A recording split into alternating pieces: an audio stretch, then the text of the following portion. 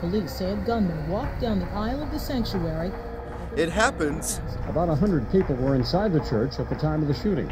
More often than you might expect. Witnesses say Atkinson pulled a 12-gauge shotgun out of a guitar case and opened fire during a children's performance. 250 people have died on church property in the last 10 years. Irving Police hope this is a wake-up call. Already this year in 2010, about a half a dozen people have been killed on church property. None of those crimes has happened in the city of Irving, and police want to keep it that way. Church violence is out there. That's why Irving Police hosted this seminar at Calvary Church. We must use our spiritual weapons as much as our physical weapons. To bring attention to the problem of church violence. We organized this church safety seminar as kind of a service to our community and the surrounding communities to help educate people on ways to make their church facilities safer. I was the father of a beautiful 7-year-old daughter in 1980. She died during the public worship service that June the 22nd of 1980 while we worshiped. Lanny Lynham shares the story of what happened to his daughter at his East Texas church with anyone who will listen, and he wrote about it in a book. Lynham hopes people will learn from what he has endured. What we've been trying to do is bring in some of the real facts about what happens when we don't take church security seriously. Wisconsin 2005, man comes in, shoots all these bullets, he reloads, and nobody jumped him. Hearst police officer Jimmy Meeks is also a minister. He says sometimes church leaders and churchgoers can think their security measures go against their mission to be welcoming, warm, and accepting. But in his interpretation, it doesn't have to be. There's a lot of stuff in the Bible that says, hey, pay attention. If you tackle him, you cannot use your arms to take him down. You must use the whole body. But we're not advocating violence. We're not advocating arm everybody with guns. Not into that. Scream, holler, plead the blood, whatever you think to do. We're into, is there any way we could start paying more attention to what's going on around us? We say, God, why all these church shootings? Maybe he says, you tell me, I've told you to fix it. He says it is up to everyone to address the problem.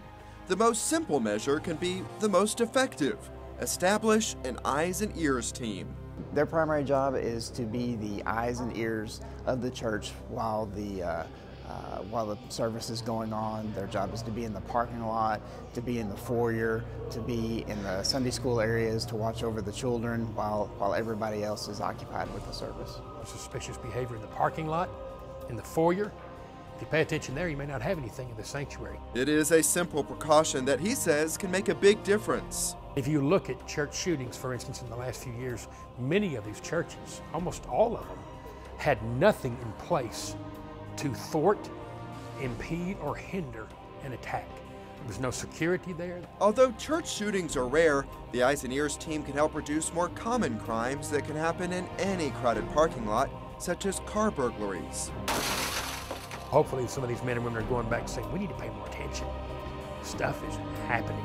It is happening all over this country. Other aspects of a church security system might include an intercom and video surveillance that can be used to monitor who enters the office during the week when maybe only 1 or 2 people are working, lighting around the building and in the parking lot, and paying attention to people who might pose a risk, such as those in unstable domestic situations or the mentally ill. I learned that church violence is happening all over the country, and it's even more frequent now. And so we have to be very careful, and have to also have church eyes and ears, you know, to be able to help us identify issues and work to resolve them quickly. Carrie Barnes of Irving's Dayspring Family Church is going to share the idea of an Eyes and Ears team with his fellow church leaders. I didn't, prior to this conference, that I didn't notice was how important it is to secure the lot. You know, to make sure that that's the first line of defense, and we should have someone there to watching and monitoring all the time. Lives are at stake. Jimmy Meeks wants to make sure people don't think shootings are something that could never happen in their own congregation. Bad things could happen. They happened when Jesus was preaching. So he is spreading what he says his own spiritual studies have taught him, that it's not against biblical message to take security seriously. Solomon set a A wise man foresees danger and takes the necessary precautions. Why can't churches wake up and do that?